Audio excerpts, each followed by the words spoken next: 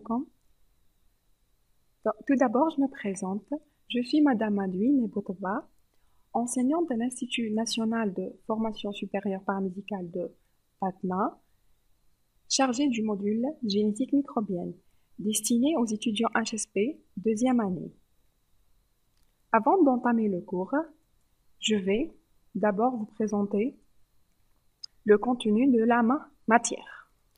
Donc, on a une introduction. 1. Le génome bactérien, structure, organisation et réplication. 2. Mutation et mécanisme de réparation de l'ADN. 3. Recombinaison, transfert génétique et carte génétique. Quatrièmement, les plasmides. 5. Le phénomène de restriction-modification. 6. Les éléments transposables. 7. Régulation de l'expression des gènes. 8. Et on termine par la génétique des bactériophages.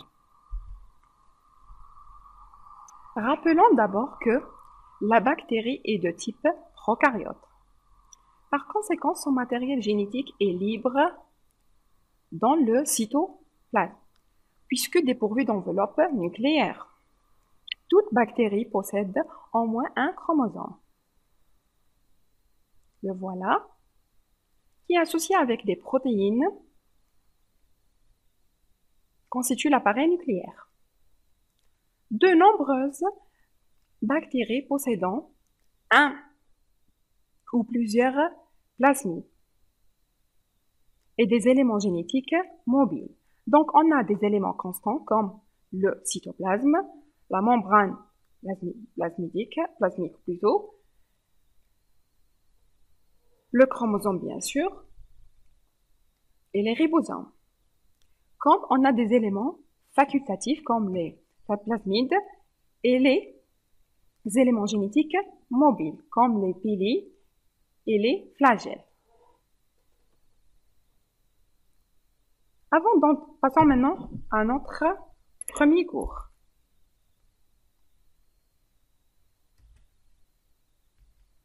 Intitulé « Le génome bactérien, structure, organisation et réplication ». Avant d'étudier le génome bactérien, on doit d'abord définir qu'est-ce qu'un génome bactérien. Donc, c'est l'ensemble du matériel génétique qui porte l'information héréditaire et qui transmet aux descendants. Il est sous forme d'ADN ou d'ARN. ADN et ARN sont des polymères de nucléotides. Et on peut dire aussi que ce sont des acides nucléiques. Donc, c'est quoi ces acides nucléiques? Premièrement, on a l'ADN, acide désoxyribonucléique, par rapport au sucre désoxyribonucléique.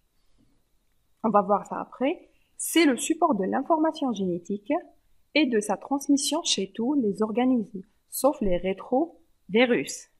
C'est une molécule linéaire composée de substitutions répétitives d'éléments appelés nucléotides, reliés par des liaisons phosphodiester. Ça, c'est pour l'ADN. Donc, l'ARN, le deuxième acide nucléique, c'est l'acide nucléique. C'est un polymère de nucléotides relié par des liaisons phosphodiester. Il existe 3 types. L'ARN messager, l'ARN ribosomal, et l'ARN transfert. Donc, premièrement, on a structure. On a dit déjà que l'ADN et l'ARN sont des polymères de nucléotides. Donc, on doit savoir qu'est-ce qu'un nucléotide. C'est quoi un nucléotide? Donc, le nucléotide est composé de 3 éléments. Un phosphore, un sucre et une base. Le sucre avec la base,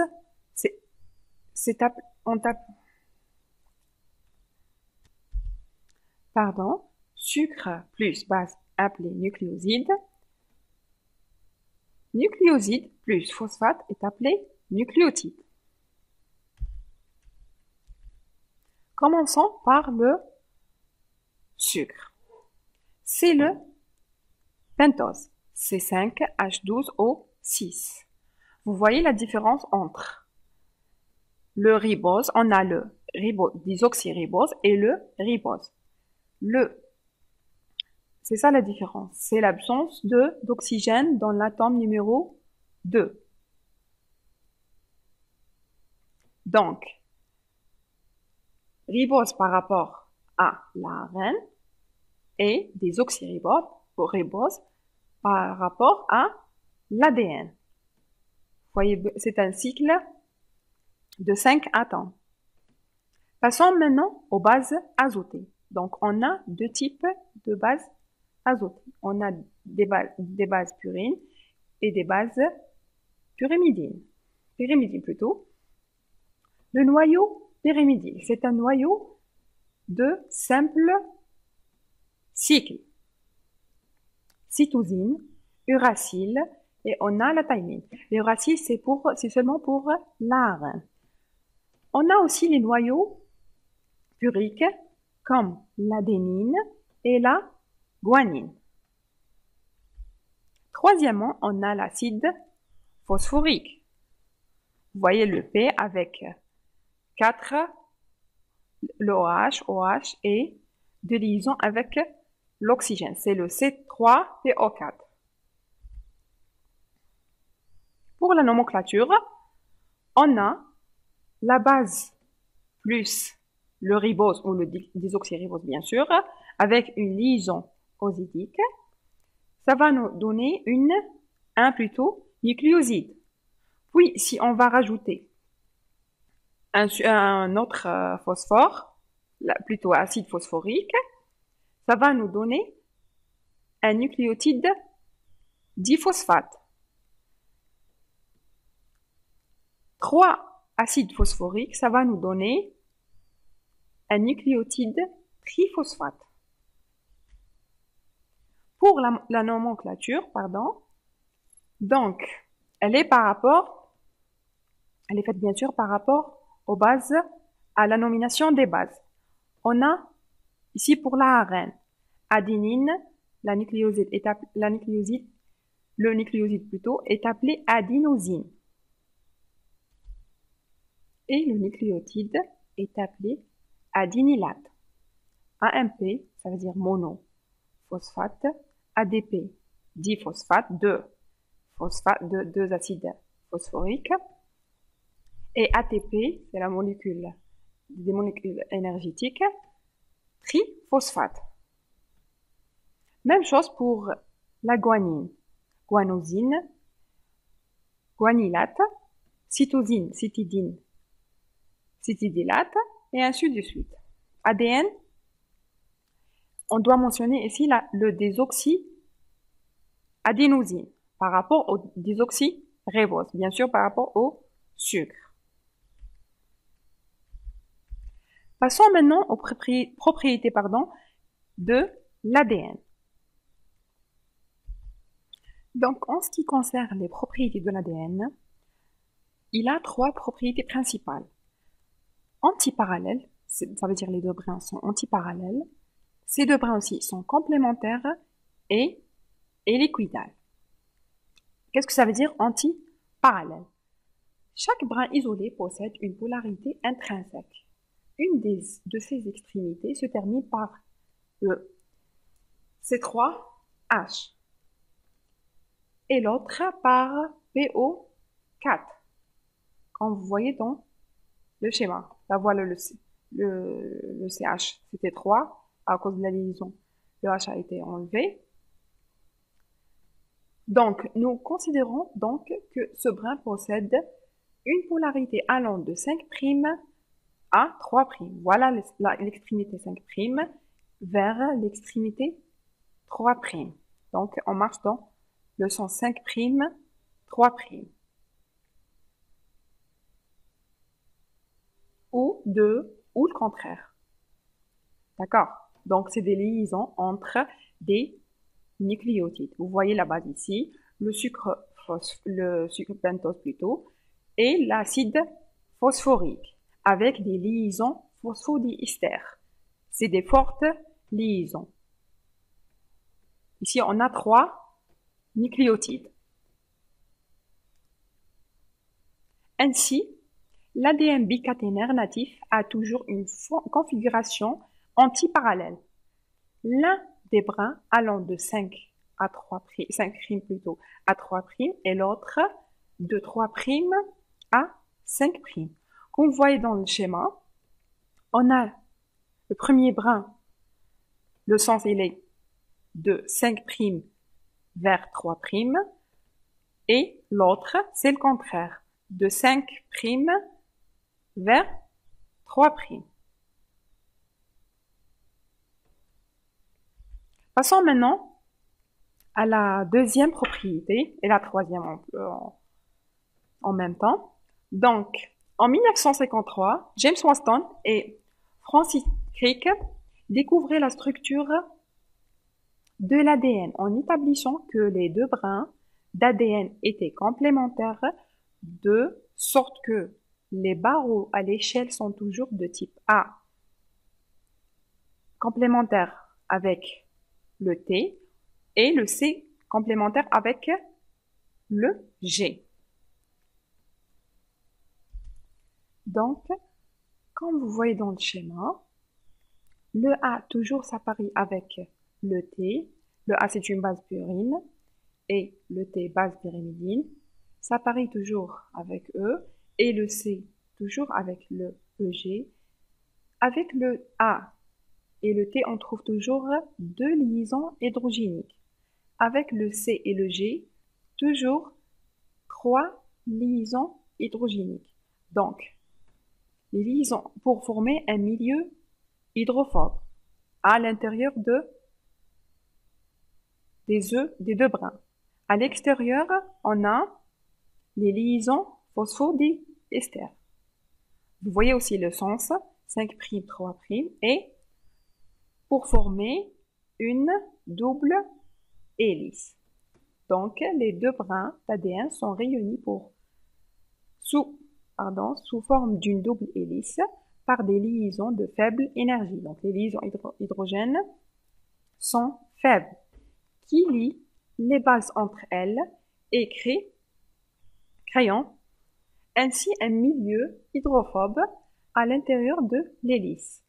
Il existe trois liaisons hydrogènes entre le C et le G et deux liaisons entre le A et le T. Comme vous remarquez ici, l'absence de la base uracile. C'est seulement pour l'ARN. Le sucre et l'acide phosphorique sont orientés vers l'extérieur de l'hélice. Le sucre et le phosphore sont à l'extérieur et les bases sont à l'intérieur pour former une hélice.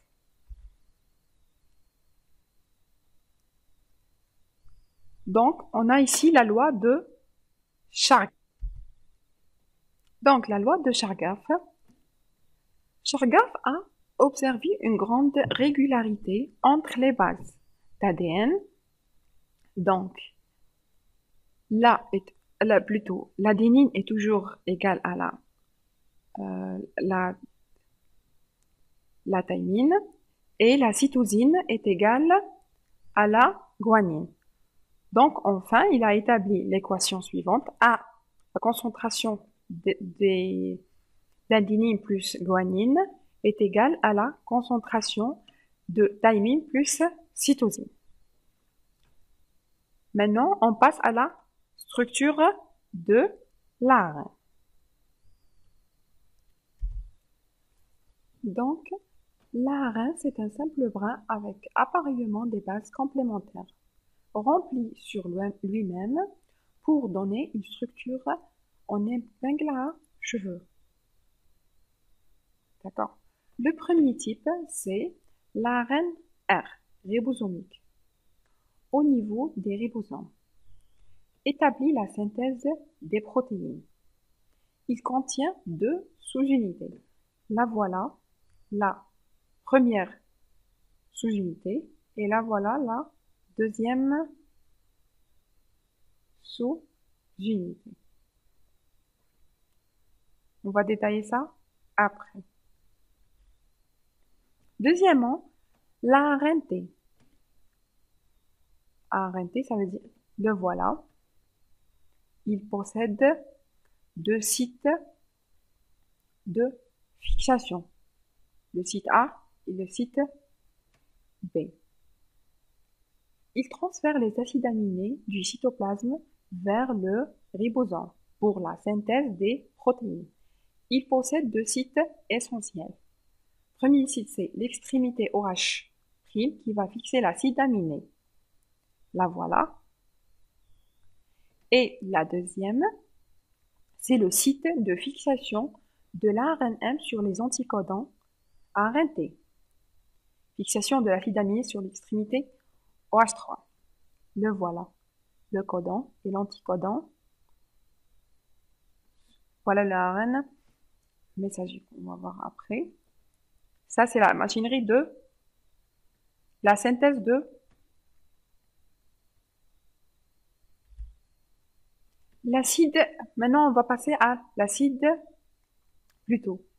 Oui, l'ARN1, l'acide ribonucléique messager. ARN messager ou ARN1 est une copie transitoire d'une portion d'ADN correspondant à un ou plusieurs gènes. L'ARN1 est utilisé comme intermédiaire par la cellule pour la synthèse des protéines. Ça veut dire intermédiaire entre l'ADN et la synthèse des protéines. Le voilà, l'ARN1.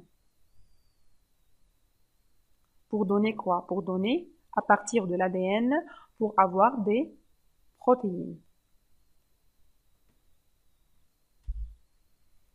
Passons maintenant au deuxième titre qui est l'organisation. Ça veut dire comment le gène est-il organisé. Premier cas, on a l'organisation au sein du chromosome. Ça veut dire à l'intérieur du chromosome. Donc, bien sûr, le matériel génétique, c'est l'ensemble des séquences nucléotidiques indispensables à la synthèse d'un polypeptide ou d'ARN fonctionnel ARNT, ARNM. Donc, la plupart des gènes prokaryotes sont groupés d'une façon adjacente, ça veut dire sans séparation. Ils codent pour des protéines ayant une fonction commune, telle que la dégradation, la synthèse. Donc, les protéines A, B, C et D participent dans la même fonction. Par exemple, dégradation ou synthèse. Donc, l'ensemble des gènes adjacents, ça veut dire ils se trouvent à côté, est appelé opérant. Le voilà, l'opérant, qui contient les gènes qui codent pour des protéines. Voilà l'ADN, la partie opérant. Après la transcription, ça va nous donner un ARN messager, puis la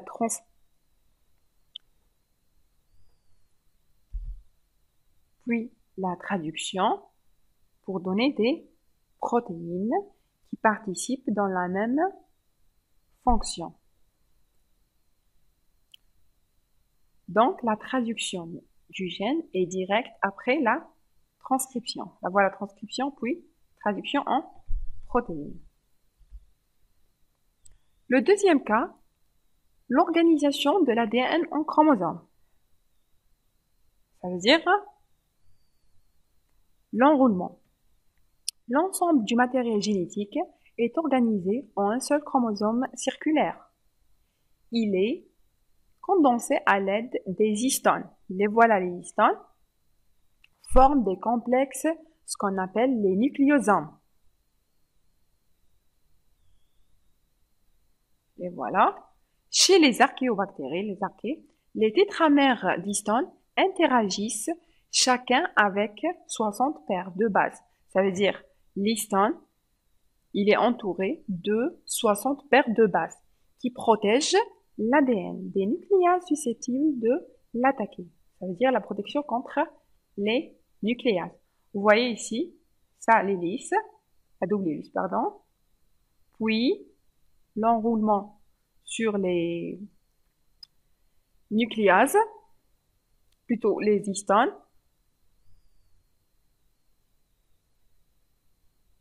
Puis, un surenroulement jusqu'à avoir un chromosome. Dernièrement, on a l'organisation de l'ADN en plasmide. Ça veut dire on peut trouver l'ADN sous forme de plasmide. C'est quoi un plasmide? C'est une petite molécule d'ADN circulaire extrachromosomique capable de s'auto-répliquer.